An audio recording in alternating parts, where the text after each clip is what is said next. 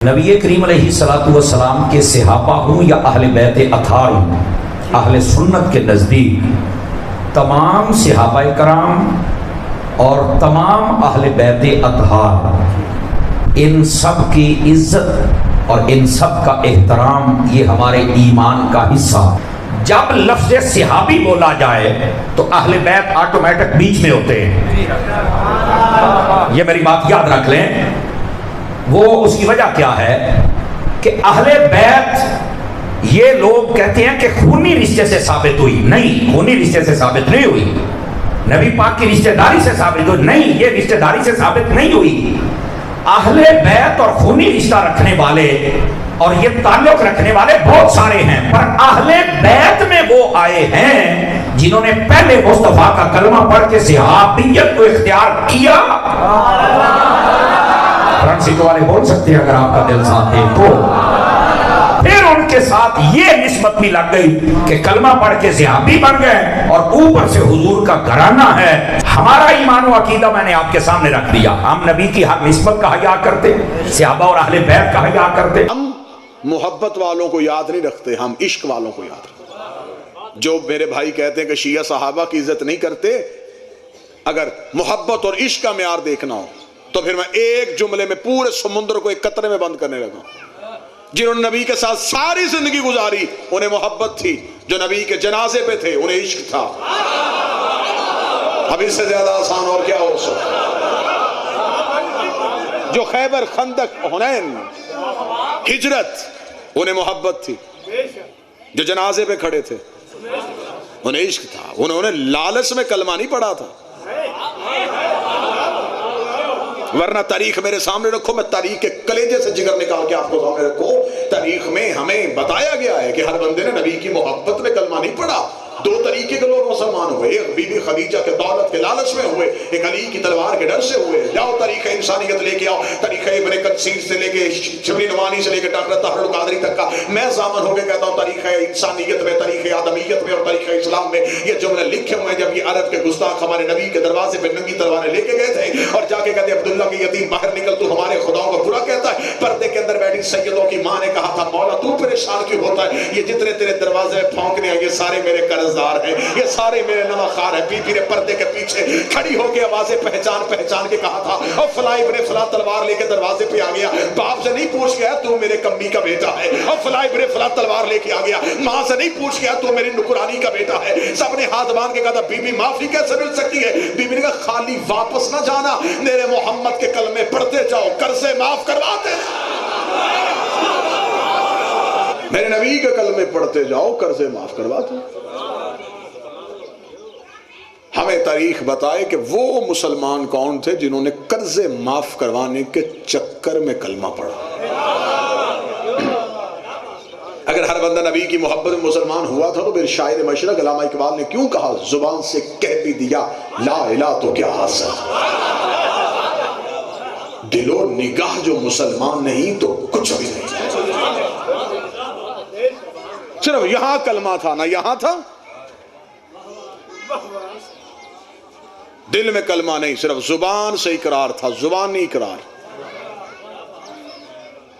और जो जुबानी इकरार करे उसे तस्लीम करना कहते हैं, और जो दिल से माने उसे मोमन कहते हैं।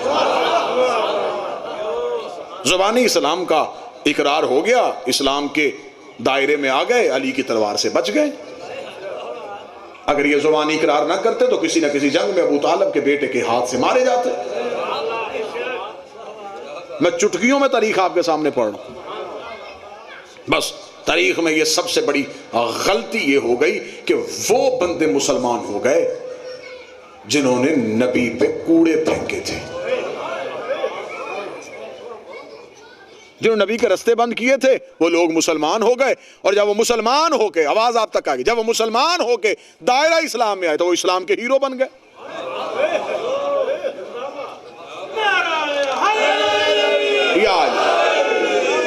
हमारी लड़ाई किसी मुसलमान से इस्लाम की नहीं, हमारी लड़ाई है कि झगड़ा शिया और सुन्नी का नहीं, झगड़ा है आयत का और रवायत का, झगड़ा है कुरान का और तारीख का। कुरान जो इस्लाम हमें देता है वो और है, तारीख जो इस्लाम हमें देती है वो और है। कुछ बता रही है, रवायत हमें कुछ बता रही है। मेरे अहले सुन्नत भाइयों की सियासत में जो किताबें हैं उनकी, उनमें 5000 से ज्यादा हदीसें एक सहाबी से ली हैं जिसका नाम हजरत अबू हुरैरा। जंग खैबर के बाद वो मुसलमान हुए, 4 साल वो नबी के साथ रहे, हदीसें उन्होंने 5000 लिख दी।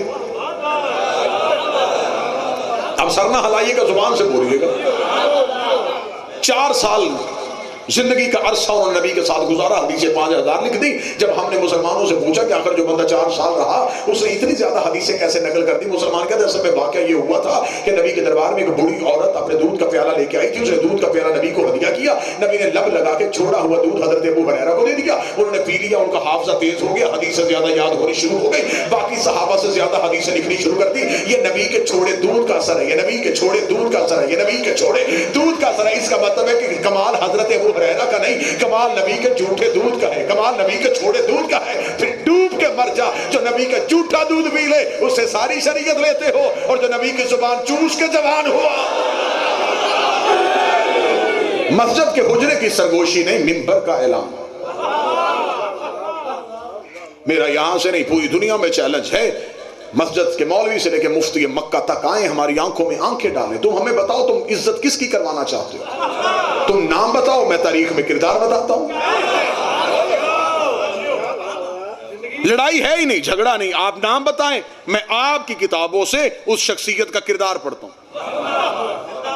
फिर किरदार पढ़ने के बाद आप बताइएगा कि इज्जत किरदार की करनी चाहिए या अकीदे की करनी चाहिए। फिर आप बताएं किसकी आप इज्जत करवाना चाहते हैं। हम सहाबा के मुनकर नहीं, मैं उस शिया को शिया ही नहीं समझता जो नबी के सच्चे सहाबा का मुनकर। हम तो इतनी मोहब्बत करने वाले लोग हैं, जो घोड़ा नबी के बेटे के काम आ गया हम आज तक उसकी छवि बना के फिर रहे हैं।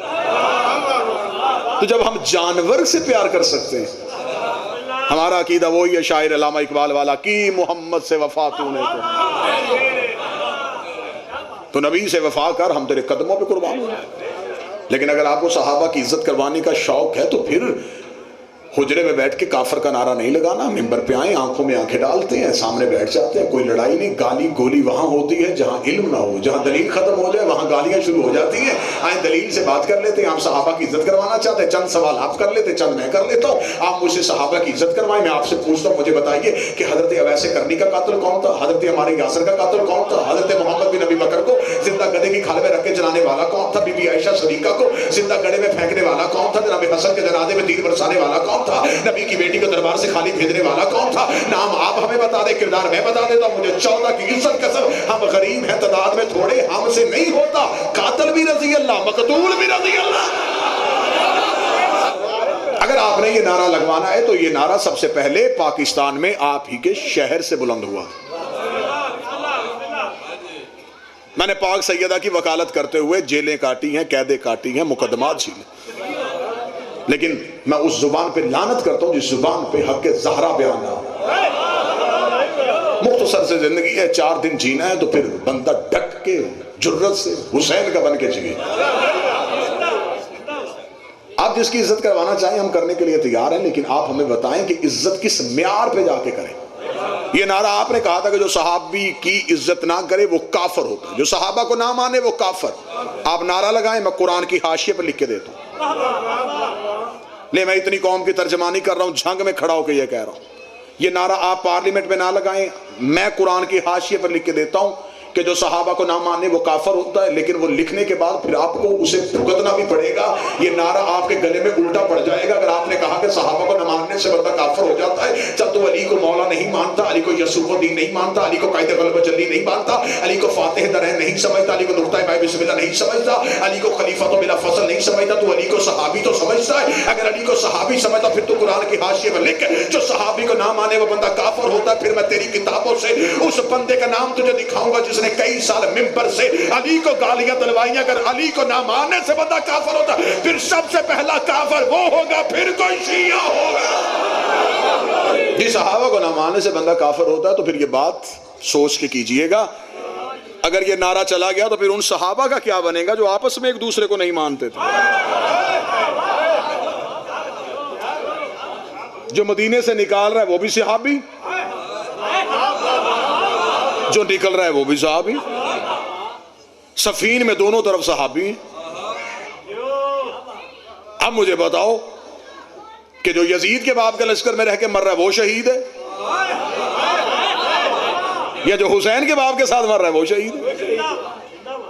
ये तरीके तलख घूंट हैं, ये खून के घूंट हैं जो मुसलमान को पीने पड़ेंगे अगर वो तारीख पे आया तो। झूठे इल्जाम, भयानक इल्जाम। शिया सहाबा की इज्जत नहीं करते, शिया नबी की बीवियों को नहीं मानते। अच्छी औरत तो फरौन के घर भी हो,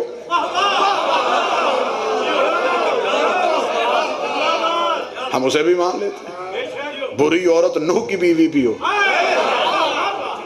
हम उसे भी नहीं मानते। भाई हमारा सीधा सीधा लॉजिकल मजहब है, हमारा पढ़ा लिखा मजहब है। हम रिश्तेदारी की वजह से नहीं मानते, किरदार की वजह से। रिश्तेदारी की वजह से मानते होते तो हम हसन की जौजा पे लानत ना करते। जहर दिया इमाम हसन की बीवी, हम लानत करते इसलिए कि किरदार ठीक नहीं। रिश्तेदारी की वजह से हम मानते होते तो हम जनाब मोहम्मद बिन नबी बकर को क्यों मानते? अली का नौकर है, अली का कमांडर है, अली के लश्कर में रहा है, हम उसके कदमों पे झुकते। हम तो किरदार दे के मानते, किरदार दे के मानते, तहजीब दे के मानते। शिया नबी की बीवियों का एहतराम नहीं करते, जबकि अल्लाह कुरान में कहता नबी की बीवियां तुम्हारी माएँ हैं। 5-5 बड़े मौलवी से मेरा खिताब नहीं, किसी जिम्मेदार बंदे को सामने क्या वो मुझे कहे कि कुरान में आयत है कि नबी की बीवियां तुम्हारी माएँ हैं। अगर कुरान में ये आयत है, वो मौलवी उसी कुरान को अपने सर पर रख के मुझे सिर्फ इस बात का जवाब दे कि ये आयत कुरान में आई क्यों थी।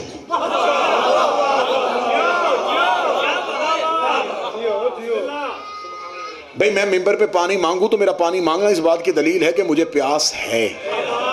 खुदा ने कुरान में कहा नबी की बीवियां तुम्हारी माएँ हैं, इसका मतलब कोई नहीं समझता था तो आयत आई। अभी आप नहीं समझेगा तो मैं बात को खोल के बयान कर देता हूं। अगर आप बात को नहीं समझ रहे, मैं बात को खोल के बयान कर देता हूं। मैं बरादरानी अहले सुन्नत की किताबों से उस बंदे का नाम साबित करने के लिए तैयार हूं जिसने नबी की जिंदगी में मदीने के बाहर बैठ के दरख्त के नीचे लोगों को इकट्ठा किया था, इकट्ठा करके मशवरा किया था नबी दुनिया से चले जाएगा, नबी के जाने के बाद नबी की बीवियां हो जाएंगी बेवा, और नबी की शरीयत में बेवा से शादी सवाब होती है। जिधर इसने नापाक मंसूबा बनाया, इधर जबरील ने आके नबी के दरवाजे पे दस्तक दी। दस्तक देकर अल्लाह पाक ने हदिया दुरूद और सलाम किया, इस बंदे को घर बुला के गए, गैरत कर, माए हैं, ये नबी की बीवी है तुम्हारी मां। ये थी मौलवी की चालाकी, उसने आयत बताई, बंदा नहीं बताया। अगर नबी की बीवियां हमारी माएँ हैं तो बर्रुए कुरान, तो फिर जो औरत मां हो उसका शौहर बाप होता है। इसका मतलब कि नबी की बीवियां हमारी माएँ, तो फिर माज़अल्लाह हम क्या कहें कि नबी हमारे बाप। कुरान फौरन का मां काना मोहम्मद अबा अहद मिन रिजालिकुम, मोहम्मद तुम मर्दों में किसी का बाप नहीं। हद हो गई मेरे अल्लाह, इसकी बीवियां माएँ, ये बाप नहीं। फरमाई ये तुम जैसा नहीं, इसे कभी भी बाप ना कहना। लोगों ने कहा चल ठीक है, अगर तू हमारा बाप नहीं फिर तो किसी का भी बाप नहीं, फिर तेरी कोई अहले बैत नहीं, तेरा कोई खानदान नहीं, फिर तो किसी का भी बाप नहीं, फिर कोई भी क़यामत वाले दिन नहीं कहेगा हम नबी के बेटे हैं। फिर सदात कहाँ से आ गई, अहले बैत कहाँ से आ गए, अलैहिस्सलाम कहाँ से आ गए? क्योंकि खुदा कुरान में कहता है नबी तुम्हारा किसी का बाप नहीं है। नबी ने कहा मेरे अल्लाह तूने कुरान में आयत भेज दी मैं किसी का बाप नहीं, तो फिर मुझे बता मेरी नस्ल कैसे चलेगी, मेरा बेटा कौन होगा, मेरा खानदान, मेरी ज़ुर्रियत कैसे चलेगी। आवाज आई मेरा मोहम्मद तू परेशान ना हो, एक वक्त आएगा नजरान के ईसाई तुझे मुबाहले के लिए बुलाएंगे, फिर मैं तुझे हुक्म दूंगा ये अपने बेटे लेके, हम अपने बेटे लेके आते, ये अपने बेटे लेके आए, हम अपने बेटे लेके आते। आयत कुरान में आ गई, सहाबा का रश नबी के दरवाजे पे गया, उन्होंने कहा या रसूलल्लाह कुरान कहता अपने बेटे लेके, तू बेटे कहां से लेके आएगा? क्योंकि कुरान ने कह दिया तू बाप ही किसी का नहीं है, तू बाप ही किसी का नहीं है। नबी ने कहा आओ मैं तुम्हें बताऊं बेटे कहां से मिलते हैं, बेटे कहां से मिलते हैं, बेटे कहां से मिलते हैं। अली के दरवाजे पे दस्तक दी, दरवाजा खुला, ज़हरा ने 2 बेटे नबी की गोद में दिए। नबी ने हसन को उंगली में पकड़ा, हुसैन को गोद में उठा के सहाबा के मजमे को देखा, तुम्हारा बाप नहीं इनका बाप।